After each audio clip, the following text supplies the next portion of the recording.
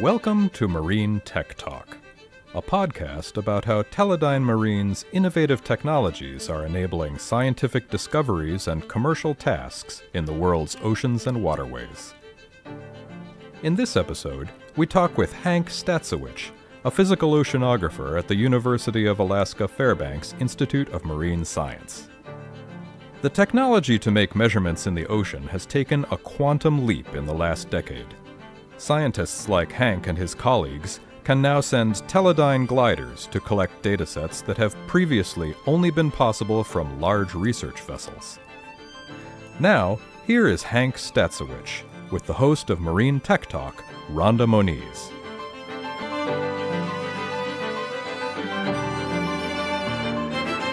Hey everyone, welcome to this episode of Teledyne Marine's Tech Talk. I have a familiar person on the show today, Hank Statscewich, who is from the University of Alaska in Fairbanks, Alaska. Hank and I have chatted before on Tech Talk, and I've worked with him on some other things like case studies that profile some of the work he's doing. He's always doing really cool things, so I keep tapping him for stuff because he's always doing something interesting. And so he gives me plenty of things to talk about and write about. So we're catching up with him today because they are now over at the university. Hank is getting ready to accept another, this G3 glider from Teledyne to do some more research, and that research has expanded, it sounds like, a little bit too. So Hank, maybe we could start out with you talking about why the G3 and what you're going to use it for, and where you're going to use it, and talk a little bit about those projects. Sounds great. Thank you so much for inviting me to share some of our exciting research with you and talk about the exciting new G3 that we've got lined up. Should be arriving in Alaska sometime early next year. Yeah, we are really outfitting our gliders with a tremendous number of sensors. And I believe that the Slocum product line is able to integrate these sensors and coordinate all the different feeds and send that data back in real time. They've got a thruster, they've got extremely efficient battery usage, and so it's the perfect vehicle for us to broaden our understanding of the Bering Sea, which is where this glider will be utilized. The other sort of points that this glider are critical for our research are that it has the ability to have a passive acoustic hydrophone, so we can listen to marine mammal vocalizations, and a Vemco-style pit tag recorder, so that we can track the movements and habitat utilization of some of the key species that are, fisheries crashes that are occurring throughout our state right now. The Bering Sea fishery is valued to be somewhere around about $2 billion to the U.S. economy. And wow. It employs about 15,000 people each summer. So it has a really big economic impact, and it's an incredibly difficult place to study. So our gliders and these autonomous robots are just perfectly suited for us to delve into this important and critical fishery and gain a better understanding of how it's evolving with time. Now, what is affecting the crab fishery? Have you come up with, I know you guys have been using the G2 gliders, and if anybody wants, go back in another episode where we talked about Gretel, and how Gretel got her name, which is a really fun, cool story. And I know you've been doing a lot of research with Teledyne gliders for some time now on salmon and some different fisheries up in Alaska. Specifically, what's the crab fishery facing? What is some of the challenges?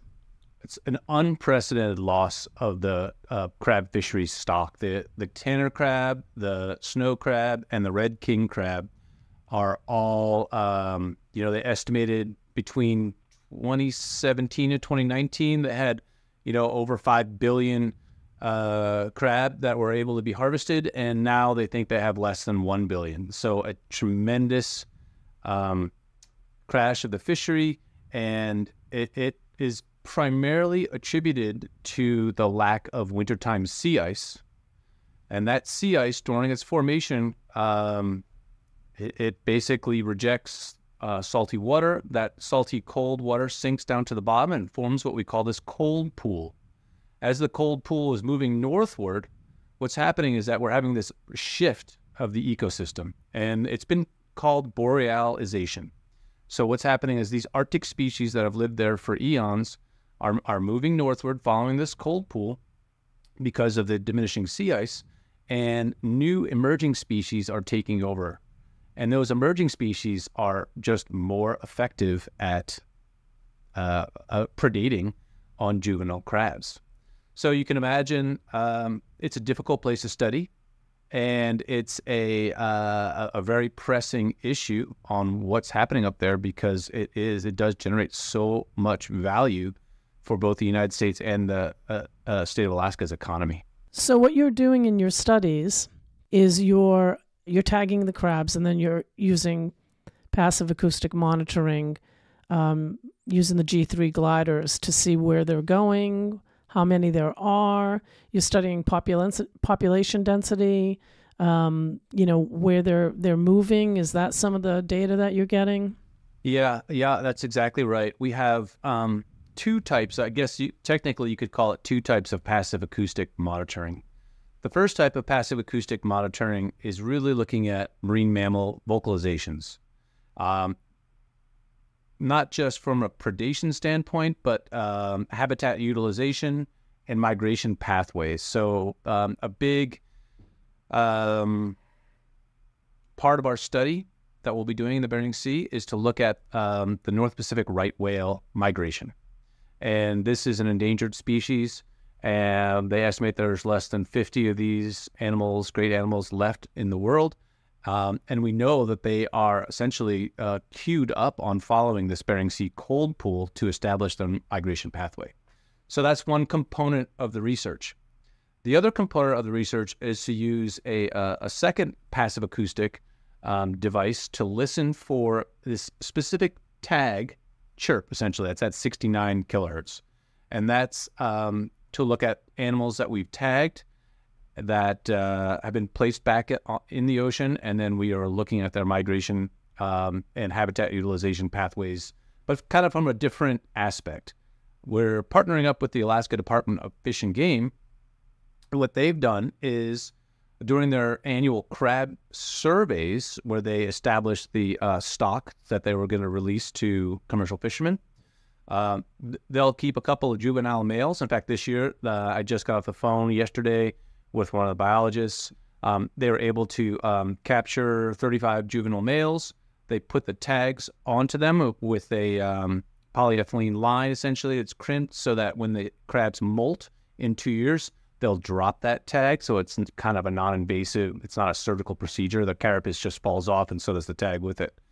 And then they tag, I think, 15 tanner crabs. So we've got two different species. And this is really a pilot study coming up this summer, where we'll fly one of our G2 gliders over a traditionally the biological hotspot in the Bering Sea. That's right about the 70-meter isobath, kind of at the outflow from Bristol Bay and halfway between the Aleutian Islands and the island of St. Paul. And this is a really productive region. That's where the pollock fishery is going for their trawling operations. That's where the outer sort of edge of the salmon fishery out of the Bristol Bay, and where this hotspot of crabs was traditionally sought after. And so we'll look at the where those 50 crabs are sort of moving to. And we can do that this year, and then come back next year with the glider and do the same survey and look at how they're distributed over this Bering Sea shelf. So these gliders, the Teledyne gliders, are pretty important in your studies across taxa for a number of species, including the North Pacific right whale and the several species of crabs. So what about the G3 glider, or what about the Teledyne glider in general makes it a good tool for all of the studies that you guys are conducting? The Teledyne glider is just a superior product. We love it. For one, the battery capacity. When we think about doing an experiment in the Bering Sea, it's a long ways from a rescue vessel. And now that we can purchase these primary lithium batteries, they have about 500 amp hours of capacity. Depending on how we run our sensors and how we configure the glider for its flight, we estimate that we can get 110 days of full science on mission longevity. And this is an area that has very, very strong tides. So the tides regularly exceed 30 centimeters per second. Now, most people who are running gliders, they see those types of strong tidal currents, and they go, sorry, we can't work there. But the Teledyne product that we're using also has the thruster. And so if we need to do an adaptive survey to look at how a cluster of these tagged crabs may be moving, even though we may be, if we're just on glide mode, we can be drifting away from our study area, or be ejected away from the study area, really. We can turn that thruster back on, go back upstream of the study area, and then resume the study again. And so having the ability to, have this long duration deployment, 110-day deployment, and then have the thruster on top and be able to utilize not just the passive acoustics, but also we are getting the temperature, the salinity, the chlorophyll fluorescence, the amount of CDOM and backscatter. So we've got all these optical channels, we've got the hydrography, and then we have this, basically measuring the biome from top to bottom. It really paints a very useful picture when it comes to understanding how to translate the data we're collecting to the fisheries managers people. And that's kind of the key component of our research right now is how do we transition the management of these critical species from a commercial aspect to utilize the health of the ecosystem, not just individual species. And that is this ecosystem-based fisheries management kind of paradigm shift that the NOAA National Marine Fisheries Service has charged us with utilizing autonomous underwater vehicles to adapt their management policy, basically. Right. It's an important tool in the management of the fisheries. It's amazing because I find it really interesting because you're able to, use the same technology, as I mentioned earlier, across taxa. You're finding out where the whales are going, where they are, what's going on with them, and then commercially viable species like salmon and crabs. So you guys are really using these tools, to the ultimate. You're really doing a lot of studies simultaneously. It seems like it's like the whole ecosystem. We're pushing really, really hard, Rhonda. There's so many aspects of the technology that we're pushing on right now. Last time we talked about Gretel, we're using echo sounders on gliders to, to echolocate essentially where the copepods are, the euphausids are, where the salmon are, so on and so forth. We have another proposal in right now where we're actually trying to move towards not just identifying the targets through acoustics, but then fly through them and take photos to get down to species level and use artificial intelligence that's programmed into a secondary computer on board the glider that's sort of processing this data in real time, both the acoustics and the images, and then at each servicing telling us exactly how many and what type of species are in the ocean. So this is all emerging technology. We haven't actually done this yet, but that's the direction that we're moving in. And the Teledyne product is perfectly suited for hanging on all these instruments that maybe the engineers at Teledyne had no idea anyone was going to utilize.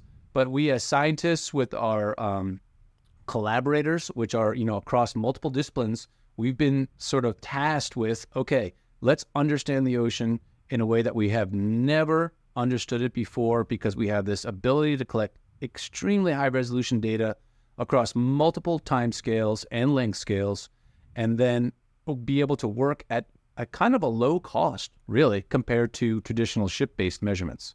Right. And that's kind of another key too, is that as costs for putting ships, I mean, we're not trying to replace oceanographers and biologists who go to sea and collect these, critical measurements. We're just trying to augment their studies and provide another, another piece of the puzzle, in particular in regions that are hard to get to and expensive to work in. And what I love about the Teledyne product too is it's green. Because it runs on batteries, we're not emitting carbon into the atmosphere. And I feel, as a scientist, for many, many years, when I would go to sea on a large research vessel, that I was actually a part of the problem when it came to climate change, because of the enormous emissions that come out of research vessels. And now I can look at myself in the mirror and think, okay, this is a better way to go as scientists. We can do this from robots, from the comfort of our homes, and collect absolutely critical data for understanding the health of the ecosystem of the ocean. Well, you're trying to solve the problem, not be a part of it, right? We're trying our best. Yeah. Well, here's the deal, Rhonda. I mean, we are the global. I look at it. I don't want to paint a doomsday picture, right? But if you look at how much protein is harvested out of the ocean to feed the world, right? It's a large percentage. And the Bering Sea is one of the largest fisheries on the planet. And it's on a trajectory that's not a good trajectory right now. And that's going to have implications for our existence on the planet, essentially. And we need to throw every single possible piece of technology at this problem to gain a better understanding. And that means, not just the technology either, but training new scientists, training new engineers, training the next generation of data analysts to understand this high volume of data that we're collecting here. And that's essentially what we're trying to do. We're a small team, but we're really pushing hard on the technology. We're really pushing hard on all these different aspects to gain a better understanding of what's happening essentially in our backyard. Right. Well, you know what? You guys are doing some amazing work there, honestly. It's always a pleasure talking to you, because I'm always interested in what you guys are doing, because you are at the cutting edge of what's going on, and you're working on really important things. And so it's really always amazing to chat and learn more about what you guys are doing. It's really cool. Cool. Well, thanks for the opportunity. I mean, it's always a pleasure chatting with you as well, Rhonda.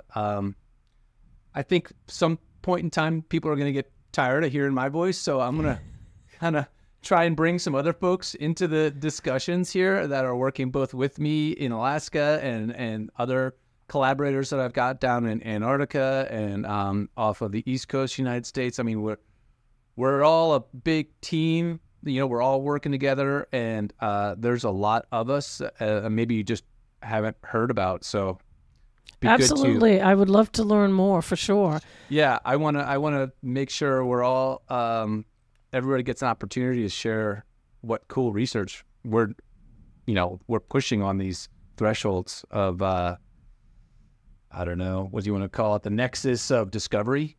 Yeah, is that the soundbite that I'm looking for? Yeah. Absolutely. Well, this has been fascinating, Hank, as always. Thank you so much for being on Teledyne's Marine Tech Talk. It's always a pleasure chatting with you and learning more about the work you guys are doing at the University of Alaska in Fairbanks. It's just really amazing, cutting-edge stuff, and using, cutting-edge technology like the gliders and the new G3 you guys are getting. That must be exciting. It's like Christmas. So thanks again for being on the show, and and thanks for the work you're doing. It's all important stuff. Thank you very much, Rhonda. I appreciate the opportunity to speak with you today, and looking forward next time we can catch up. Thanks for listening to the Marine Tech Talk podcast. For more information on the University of Alaska Fairbanks, visit their website at www.uaf.edu. If you have any questions or comments about this episode, you can email marinetechtalk@teledyne.com. If you like this podcast, please be sure to subscribe on Apple Podcast or wherever you are listening to the show. That way, you will never miss an episode. Thank you for listening, and we will see you again next time.